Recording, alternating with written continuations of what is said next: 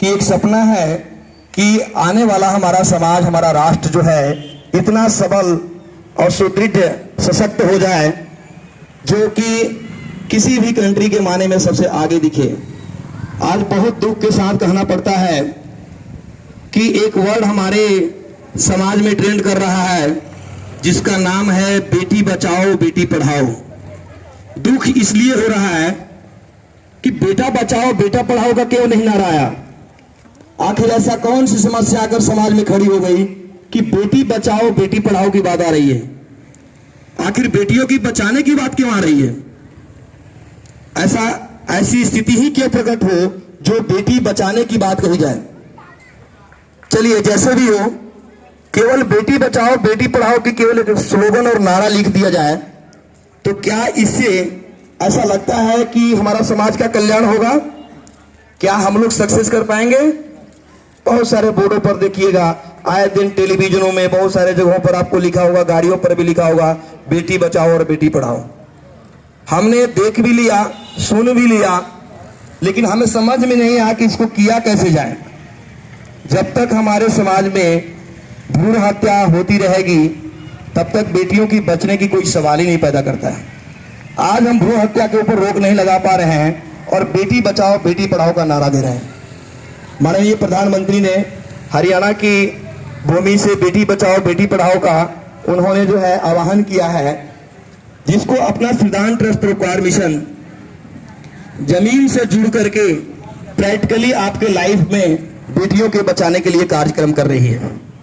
इस संस्था का उद्देश्य है कि समाज में गिरते हुए जो अनुपात है, जो गिरते हुए हमारे लड़कियों का अनुपात है, बेटियों का अनुपात है, कंपेयर देन लड़कों का। आज बेटों के अनुपात और बेटियों के अनुपात की ग्राफ की तुलना कीजिएगा तो हर एक स्टेट में 20 और 18, 15, 17 इस स्टेज पर खड़ा है। इस तरीके की लड़कों का है, इस तरीके की लड़कियों की। तो मैं ये सभी से आग्रह करूंगा कि इसके सोच के प्रति हमारी समाज ही जिम्मेदार है, इसकी अनुपात के प्रति हमारी समाज ही जिम्मेदार है, हम लोग ही जिम्मेदार हैं। हम लोग इस विषय पर नहीं समझ पाते हैं। आज के भी डेट में लोगों की ये भावनाएं हैं कि प्रथम बच्चा जो हो हमारी बहू का, हमारी बेटी का, हमारी पत्नी का वो लड़का हो। ऐसा है या नहीं है? यदि है तो एक्सेप्ट करना होगा कि यदि ऐसा है तो ऐसा हम क्यों सोचते हैं। लड़का हो, बहू वाली आई हुई है ब्याह करके घर पर, तो हमारी सोच होती है कि लड़का होना चाहिए। लड़की के लिए कल्पना नहीं करता है। साथ में माँ के दरबार पर जो है हम लोग इस सभा को रखे हैं। शादियां होने के बाद साल 2 साल का टाइम लग जाता है तो हम लोग व्याकुल हो जाते हैं और परेशान हो जाते हैं। किसके लिए? बच्चे के लिए। और इवन माँ के साथ कंडीशन भी लगा देते हैं कि हे मैया, मैं आपके दर पर चुंदरी चढ़ाऊंगी, फल मिठाई चढ़ाऊंगी, गाजे बाजे के साथ आऊंगी, एक मुझे पुत्र दे दो, एक मुझे नाती दे दो, एक मुझे बेटा दे दो। यानी कि भगवान के साथ भी वो कंडीशन लगा दिया गया और जल्द से जल्द इसकी उपेक्षा की जाती है कि मेरा कोई एक संतान हो, जो संतान का रूप हो वो लड़का का हो। क्या ऐसी सोच होनी चाहिए? लड़का और लड़की में किसी भी प्रकार की फर्क ना करें। क्यों? क्योंकि लड़कियां ही हमारे समाज की जननी हैं। इनके बगैर हमारा समाज अधूरा है। कोई भी इस सृष्टि पर जो मानव तन के रूप में है, जिसको हम बेटा कहते हैं, विदाउट माँ की गर्भ से नहीं आ सकता है। इसलिए दोनों ही इक्विवेलेंट है, दोनों का ही होना उतना जरूरी है। बहुत कम आप लोगों ने सुना होगा कि किसी ने बेटी के लिए मन्नतें मांगा है। बहुत बिरले होंगे इंसान जो बेटी के लिए मन्नतें मांगते हैं कि हे माँ मुझे एक बेटी देना। आज के एजुकेटेड वर्ग की भी मैं बात कहूँ तो होता क्या है कि पढ़े लिखे इंसान भी इस विषय पर जाकर फेल हो जाता है। फेल कैसे होता है जनाब? कि उसकी ये सोच है कि यदि 2 लड़का, माँ की कृपा हुई, ऊपर वाले का कृपा हुआ और 2 लड़का उसका हो जाता है तो तुरंत वो फुल स्टॉप लगा देता है और कहता है कि आगे की मुझे जरूरत नहीं है। लड़की के लिए वेट करने वाला बहुत बिरले इंसान होगा जो लड़की के लिए भी वेट करे जिस तरीके से उसने लड़का के लिए वेट किया। 2 लड़के होते नहीं है, फुल स्टॉप लगा दिए जाते हैं। यदि इसी तरीके की सोच पर हमारे सभी लोग इस तरीके की सोच रखें तो क्या आने वाले टाइम में हम लोग चल सकते हैं? हमारी सृष्टि मूव करेगी? नहीं करेगी। हम जो विडंबनाओं में भटक रहे हैं कि स्वर्ग प्राप्ति हेतु, सोचिए क्या हमारी मानसिकता है कि स्वर्ग प्राप्ति हेतु पुत्र का होना बहुत जरूरी है। मुझे तो समझ में नहीं आ रहा है कि इस धरती पर लाने वाली मां होती है और स्वर्ग की प्राप्ति के लिए पुत्र का होना जरूरी है। ये कैसी विडंबना है? क्या ऐसा सत्य है? ये कहीं भी सत्य नहीं है। जब मां के बगैर हम अधूरा है, हमारी सृष्टि अधूरा है, तो कैसे कहा जा सकता है कि एक पुत्र हमें स्वर्ग की प्राप्ति दिलाएगा?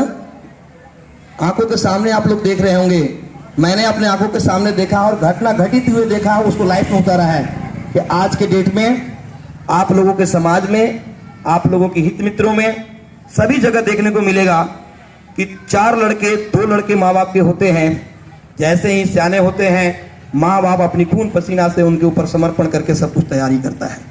और जब उनकी शादियां हो जाती है, शादी होने के बाद खुद ही आपस में बांट लेते हैं और माँ बाप को एक दरकिनार कर देते हैं। क्या आप लोगों को प्रैक्टिकल मिलता है कि नहीं मिलता लाइफ में? आज वो धक्के खाने के लिए विवश हैं, मजबूर हैं। वो माँ बाप जिन्होंने समाज पर सब कुछ कार्य किया, सब कुछ किया अपने बच्चों के लिए, वो बच्चा वृद्धाश्रम में माँ बाप को छोड़ आता है। क्यों? क्योंकि उसके पास टाइम नहीं है कि जो आपकी सेवा करे।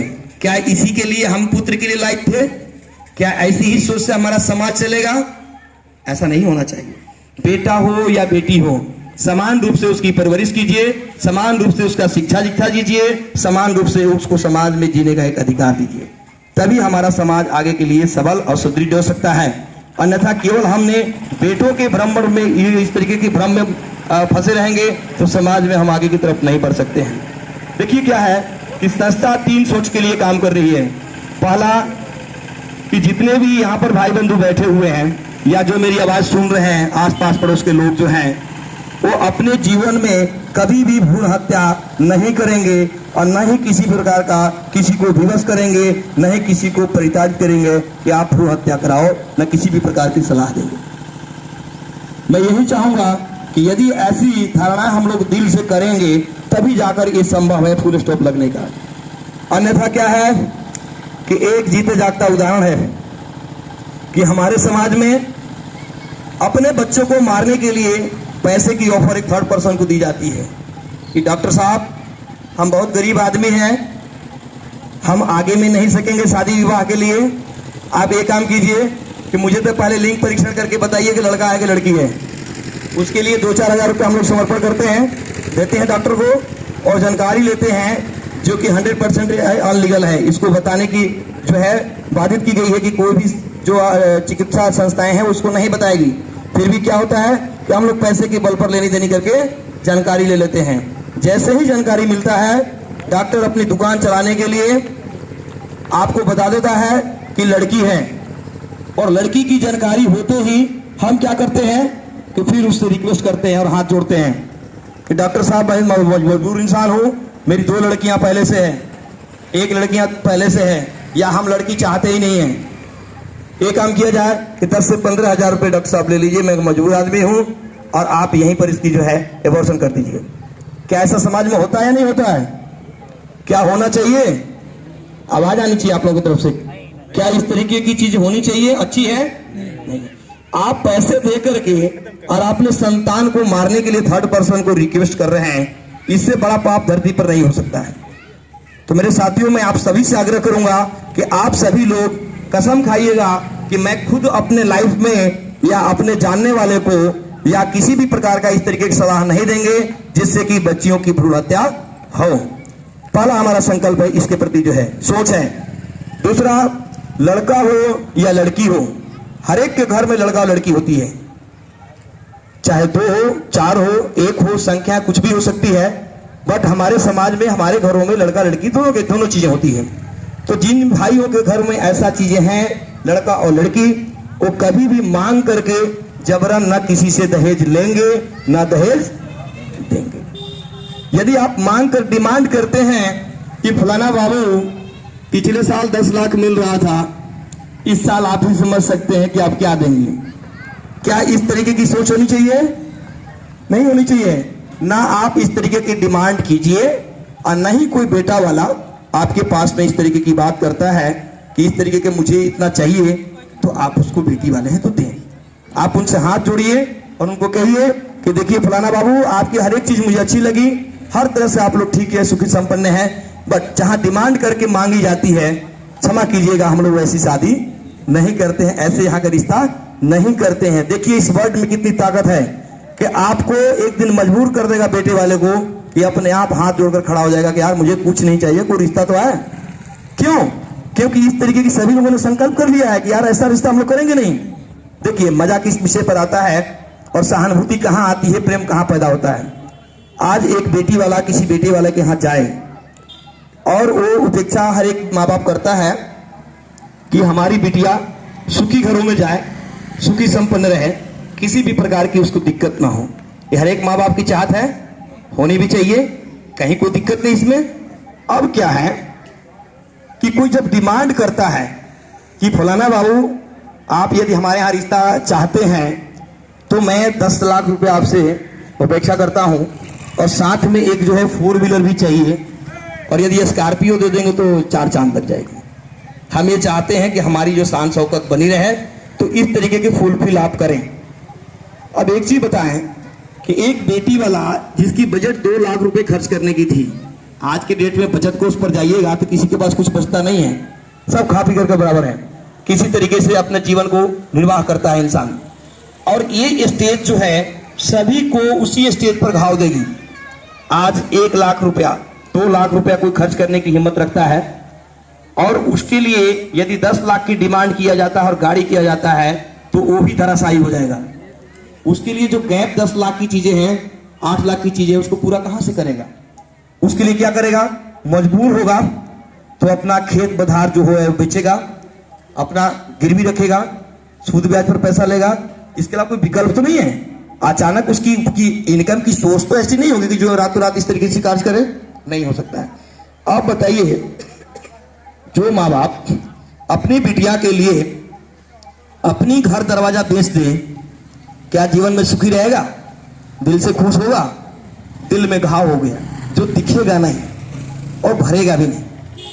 जो लड़की आपके घर में बहू बन करके जा रही है, क्या लगता है कि उस लड़की को जानकारी नहीं है अपने माँ बाप के विषय में कि हमारे माँ बाप ने कैसे शादी किया है? उसकी भी पूरी तरह से जानकारी है। क्यों? लाइफ का 2 पार्ट उसके लिए होता है। पहला मायके पक्ष जो उसके माता पिता के साथ होती है, दूसरा ससुराल पक्ष जहां वो जाकर के दूसरे घर बसाती है। आप बताइए कि जो लड़कियां इस तरीके की स्टेज को पार करके जाएगी, जो सब कुछ देख रही है, क्या उसके दिल में घाव नहीं होगा? उसके भी दिल में घाव है। आप बताइए, एक परिवार वाले ने लिया गाड़ी और पैसा जो उसकी औकात से कई गुना ज्यादा थी। स्थिति क्या प्रकट हुई कि जो प्रेम की भाव थी वो कन्वर्ट ईर्ष्या में हो गई। अब जब वो डिमांड करता है कि 1 गिलास पानी लाओ, लड़के की बात कहूं जो उसकी पति होता है, तो डिमांड वहां से क्या आती है, उसका प्रतिक्रिया क्या आती है कि खुद उठ करके ले लो यार, मेरे बस का नहीं है। और यदि किसी प्रकार की बात आती है तो वहां आकर के समस्या खड़ा होता है। जवाब के रूप में क्या मिलता है कि जो गाड़ी पर चढ़ रहे हैं वो मेरे बाप ने दिया है, 50 लाख तो हमारे बाप ने दिया है। अब हर बातें आकर के किस लिए खड़ी हो रही है कि मांगा गया था और जबरन मांगा गया था। वहीं उन्हीं स्थितियों में अब देखिए क्या है कि जहां इस तरीके की जब भावनाएं होंगी तो प्रेम नहीं होगा, और बगैर प्रेम का हमारा परिवार की कल्पना नहीं की जा सकती है। होता क्या है कि पहले, आज के 25-30 साल पहले चले जाइएगा तो हमारे समाज में बहुए को, जो बेटियां बहू बन करके जाती थी किसी के घर बसाने के लिए, तो वहां हम लोगों की माँ बाप उनको शिक्षा देते थे, बड़े बूढ़े शिक्षा देते थे कि बेटी